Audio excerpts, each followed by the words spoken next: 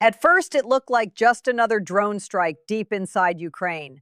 Another night, another swarm crossing the Black Sea skies.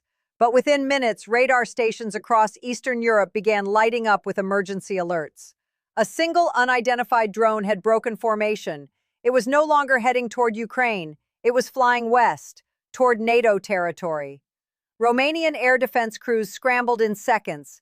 F-16 fighter jets roared into the air under emergency protocols. AWACS surveillance aircraft tracked the object in real time as it crossed the Danube River and entered Romanian airspace. Then came the moment nobody expected. An explosion ripped through the upper floors of a civilian apartment building in Galati. Glass shattered across the city. Smoke rose over NATO territory. Civilians were injured. Panic spread instantly. For the first time since the Ukraine war began, a Russian-launched drone had detonated inside a NATO member state, directly striking civilians. And suddenly, Europe was facing a terrifying new question. What happens if the next drone goes even further? The night of the incident changed the security atmosphere across Eastern Europe almost instantly. According to Romanian military officials, the drone was part of a much larger Russian strike package launched against Ukrainian infrastructure near the Danube corridor. Moscow had intensified pressure along Ukraine's western logistics routes for months, hoping to disrupt NATO-supported supply chains moving toward the front lines. But this time, something went wrong. Out of a swarm reportedly involving dozens of Iranian-designed Shahed drones, produced in Russia under the Jiran 2 program, one aircraft lost its designated trajectory. Flying low to avoid radar detection, the drone crossed into Romanian airspace near Galati, a city positioned dangerously close to both Ukraine and Moldova. Romanian radar systems detected the intrusion almost immediately. Within seconds, emergency scramble orders were issued. F-16 fighter jets lifted off under combat alert conditions, while NATO surveillance systems monitored the drone's movement across the border. Yet despite the rapid response, military commanders faced a brutal dilemma: shoot the drone down over a populated city, or risk letting it continue. And this is where the situation became dangerous. Low-flying drones create one of the most difficult problems in modern air defense warfare. Unlike ballistic missiles or fighter jets, these small platforms fly at treetop altitude with minimal radar signatures. Destroying them over urban environments can create catastrophic collateral damage, as burning debris and explosive payloads scatter onto civilian areas below. Romanian pilots had only minutes to decide. That window vanished almost instantly. The drone struck the upper floors of a residential building before interception became possible. The explosion shocked the entire alliance. Previous Russian drone incursions into NATO territory had mostly landed in forests, agricultural fields, or isolated terrain. Those incidents were treated as accidental spillovers of the Ukraine war. Diplomatic protests followed, but tensions were contained. This time was different. Civilians were inside the target zone. Families sleeping in apartment blocks suddenly found themselves at the center of a geopolitical crisis. And NATO understood the implications immediately. Because once civilian casualties occur on alliance territory, the political equation changes completely. Romanian officials rapidly released radar tracking data supported by NATO AWACS surveillance aircraft. The flight path reportedly showed the drone originating from Russian territory before crossing Ukraine and entering Romanian airspace. Moscow's traditional denials suddenly became harder to sustain. But what military analysts noticed next was even more alarming. The strike exposed a massive structural weakness in NATO's eastern defenses. For decades, NATO's air defense architecture was built around large threats: ballistic missiles, strategic bombers, supersonic aircraft. Expensive interceptor systems like Patriot batteries were designed to eliminate massive, high-speed targets. Cheap drones were never supposed to become the center of a continental security crisis. Yet now, low-cost kamikaze drones costing a fraction of modern missile interceptors were repeatedly penetrating European airspace. And NATO knew this was not an isolated incident. Poland had already experienced multiple drone incursions months earlier. Similar alarms had been triggered near the Baltic region. Electronic warfare systems across Eastern Europe were under increasing pressure every week. Russia appeared to be probing NATO's reaction speed intentionally, testing response times, testing political tolerance, testing the alliance itself. And then came another realization. The drone strike had not only shaken Romania, it had shaken Moldova as well. Because just across the border, another geopolitical fault line was beginning to crack open. As smoke still rose over Galati, attention rapidly shifted east toward Moldova and the frozen conflict zone of Transnistria. For years, the Kremlin had treated Moldova as part of its strategic buffer zone in Eastern Europe.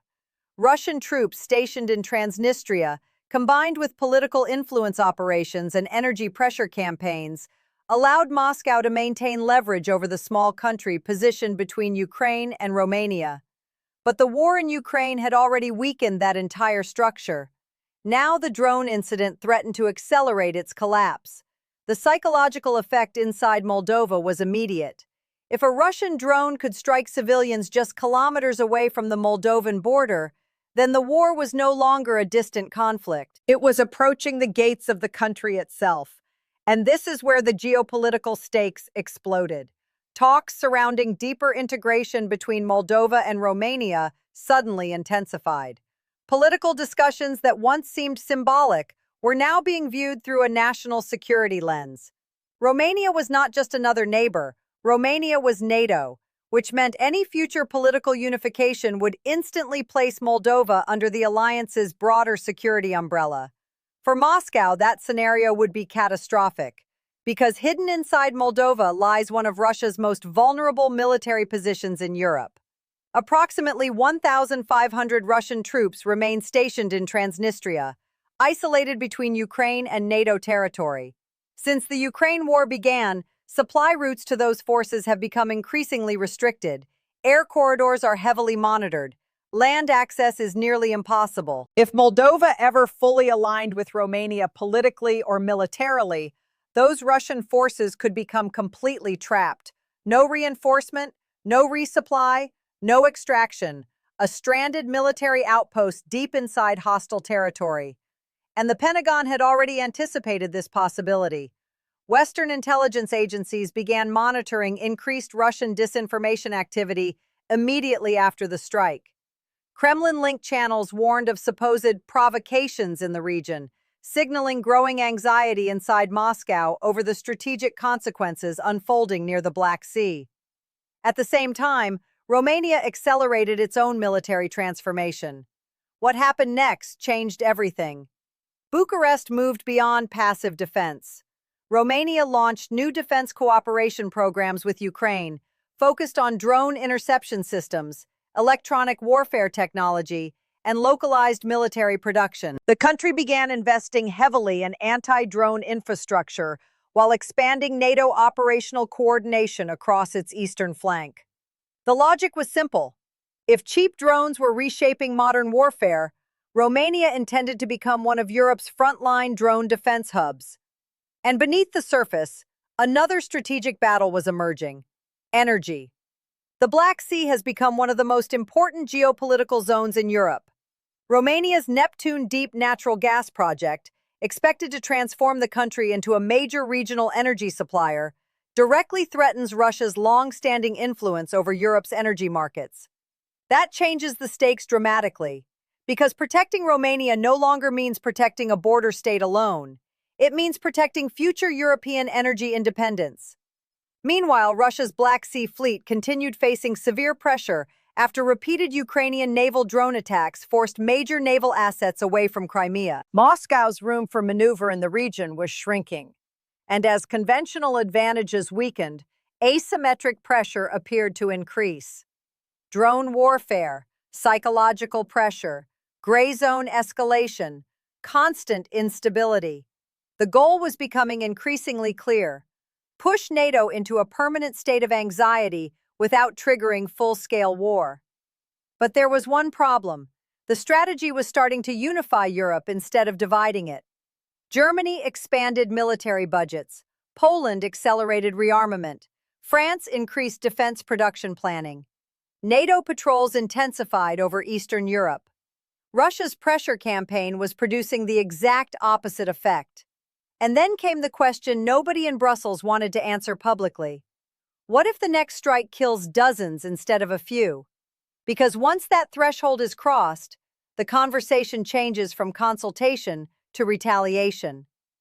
Across Europe, military planners are now confronting a scenario that once seemed unthinkable. What happens if another drone crosses into NATO territory tomorrow? The fear is no longer theoretical. The Galati incident demonstrated how quickly a regional war can spill into alliance territory without warning. One navigational error, one failed interception, one delayed decision, that is all it takes. And the deeper concern extends far beyond Romania. Modern drone warfare is exposing the limits of traditional military power. A low-cost Shahed drone built with relatively simple components can now challenge billion-dollar defense systems designed during an entirely different era of warfare. Large interceptor missiles are expensive. Fighter jet responses are time-sensitive. Urban engagements carry enormous civilian risks. This imbalance favors persistent asymmetric attacks. Military analysts increasingly believe Russia understands this vulnerability perfectly. Statements from senior Russian officials only reinforce those fears. Comments suggesting such incidents would continue as long as Western support for Ukraine remains active were interpreted across Europe as strategic signaling rather than accidental escalation. A warning, a pressure tactic, a test of NATO's psychological endurance. But that was only part of the danger, because this crisis now stretches across multiple regions simultaneously. The drones involved in these attacks trace back to Iranian designs. Production networks span Russia. Operational targets focus on Ukraine. Consequences impact NATO territory. One weapons platform, 3 continents connected by a single chain of escalation. And as conflicts in the Middle East continue straining global missile defense inventories, concerns are growing that NATO's Eastern Shield could weaken further over time. The Pentagon understands the implications clearly. A prolonged drone saturation campaign across Eastern Europe could eventually exhaust defensive resources, pressure civilian populations, and force difficult political decisions inside the alliance. Meanwhile, Europe itself is changing. Countries that once relied heavily on American protection are now accelerating independent defense production. Eastern Europe is militarizing faster than at any point since the Cold War. Drone warfare, electronic warfare, and energy security are becoming central pillars of continental strategy. The Ukraine war is no longer just about territory. It is reshaping the future security architecture of Europe itself. And somewhere above the Black Sea tonight, radar operators are still watching the skies, waiting for the next signal, waiting for the next object crossing the border, waiting for the next mistake that could push the alliance closer to direct confrontation. Because the next drone may not hit an apartment building, it may hit something far worse. The explosion in Galati may appear small compared to the scale of the Ukraine war, but strategically, it changed everything. For NATO, it exposed dangerous weaknesses in modern air defense systems. For Romania, it accelerated a transformation from passive border state to frontline military fortress. And for Europe, it raised terrifying questions about how close the continent may be to a much larger confrontation. The line between regional conflict and alliance crisis is becoming thinner every month. One drone crossed a border, one explosion shook a city. But the geopolitical consequences are still unfolding. And now military analysts across Europe are asking the same question. If another strike happens tomorrow, how much longer can escalation still be contained? What do you think NATO's next move should be? Let us know in the comments. And for more deep geopolitical analysis and cinematic military documentaries, subscribe and turn on notifications.